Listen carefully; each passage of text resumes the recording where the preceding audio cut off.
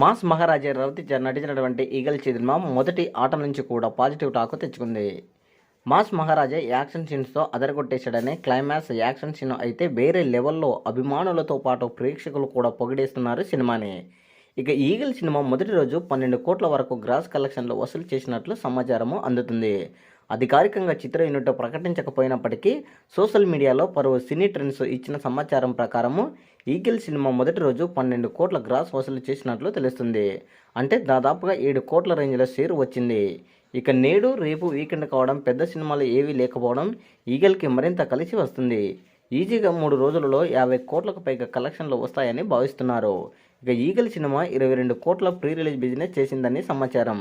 దీంతో 3 రోజుల్లోనే ఈ సినిమా ఈజీగా బ్రేక్ ఈవెన్ అయిపోతుందని అంచనా వేస్తున్నారు. మరి మాస్ మహారాజా ఈగల్ బాక్సాఫీస్ వద్ద ఎలాంటి కలెక్షన్లను కొల్లగొడతాడో చూడాలి. ఈగల్ సినిమా మొదటి రోజు కలెక్షన్లపై మీ అభిప్రాయాన్ని కామెంట్ కూడా తెలియజేయండి.